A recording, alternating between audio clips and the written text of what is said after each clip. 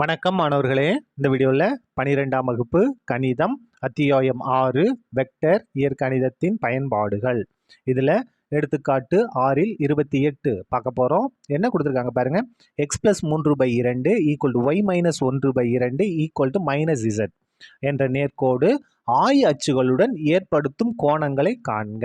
இந்த நேர்கோடு ஆய அச்சுகள், அதாவது x அச்சு, y அச்சு, z அச்சு, இந்த மூன்று அச்சுகளுக்கு கூட ஏற்படுத்தக்கூடிய கோணத்தை நம்ம கண்டுபிடிக்கணும். x அச்சு கூட ஏற்படுத்தக்கூடிய கோணம் ஆல்ஃபா, y அச்சு கூட ஏற்படுத்தக்கூடிய கோணம் பீட்டா, z அச்சு கூட ஏற்படுத்தக்கூடிய கோணம் காமா. இந்த ஆல்ஃபா, பீட்டா, காமாவை நம்ம கண்டுபிடிக்கணும். இதுக்கு ஃபார்முலா எதுவுமே கிடையாது. ஆனால் நமக்கு ஒரு சின்ன ஐடியா தெரியும். என்னன்னா, திசை கொசைன்கள் தெரியும். திசை கொசைன்கள் என்ன? Cos alpha, cos beta, cos gamma. அதான் திசை கொசைன்கள். Cos alpha, cos beta, cos gamma கண்டுபிடிச்சிட்டு அதுலேருந்து நம்ம என்ன கண்டுபிடிச்சிடலாம்? ஆல்ஃபா, பீட்டா, காமாவை நம்ம கண்டுபிடிச்சிடலாம். சரியா?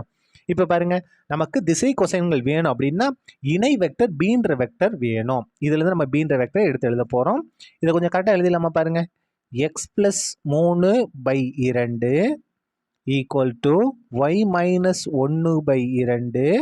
= z/-1. இங்கே எல்லாமே என்ன மாதிரி ப்ளஸில் தான் இருக்கணும். அப்போ பாருங்க, இந்த பகுதியில் இருக்கு இல்லையா, இதுதான் என்னது? பீன்ற வெக்டர். தேர்ஃபோர் இணை vector b vector = 2i cap 2j cap -k cap. ஒன்று இருக்கா? -1 இருக்கா? அதனால் -1 k கேப். நம்ம திசை கொசைன்கள் கண்டுபிடிக்க போகிறோம். அப்போ இதுக்கு நம்ம என்ன செய்யலாம்?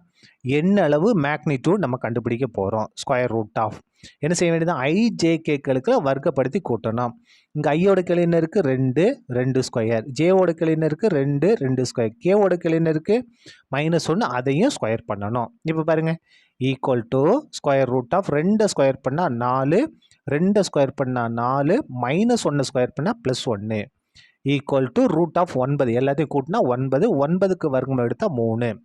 தேர்ஃபோர் திசை கொசைன்கள் திசை கொசைன்கள்னா என்ன பாருங்க? Cos alpha, cos beta, cos gamma. இதுதான் திசை கொசைன்கள். இதோட மதிப்பு பாருங்க. எதுக்கு? இந்த பீன்ற வெக்டர் இணை வெக்டர் தான் கண்டுபிடிக்கணும். ஐயோட கெழு 2 பை இங்கே என்ன வந்திருக்கு? எண்ணளவு 3 கமா ஜேவோட கெழு 2 பை எண்ணளவு என்ன வந்திருக்கு? 3 மைனஸ் கேவோட கெழு என்ன இருக்குது பாருங்க? -1 இல்லையா? அப்போ -1 எண்ணளவு 3. இதுதான் திசை கொசைன்கள். நமக்கு என்ன வேணும்? ஏற்படுத்தக்கூடிய கோணங்கள் தான் வேணும். எக்ஸ் அச்சு கூட, ஒய் அச்சு கூட, இசட் அச்சு கூட. அப்போ பாருங்க, இது ரெண்டே நம்ம சமப்படுத்திக்கலாம். காஸ் ஆல்ஃபா = என்ன இருக்குது? 2/3. அப்போ கோணம்னா நமக்கு ஆல்ஃபா தான் வேணும். அப்போ ஆல்ஃபா காசு இந்த பக்கம் போனால் என்ன மாறிடும்? Cos inverse of 2/3. சரியா? அதே மாதிரி இது ரெண்டையும் நம்ம சமப்படுத்திக்கலாம். Cos beta = 2/3. இது திசை கொசைன். நமக்கு என்ன வேணும்? கோணம் தான் வேணும். அப்போ பீட்டா = காஸ் இன்வர்ஸ் ஆஃப் 2/3. சரியா? அதுக்கடுத்து பாருங்க, இந்த கடைசி இது பண்ணிக்கலாம்.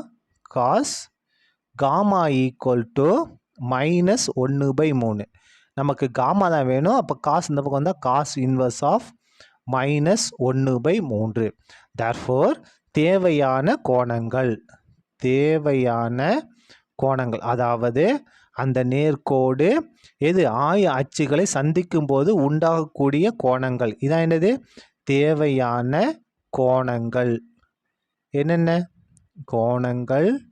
அதை எடுத்து அப்படியே எழுதிட வேண்டியதான். Alpha = cos inverse of 2/3, beta = cos inverse of 2/3 மற்றும் காமா = காஸ் இன்வர்ஸ் ஆஃப் -1/3. சரியா? அவ்வளோதான். இந்த கணக்கு முடிந்தது. நன்றி.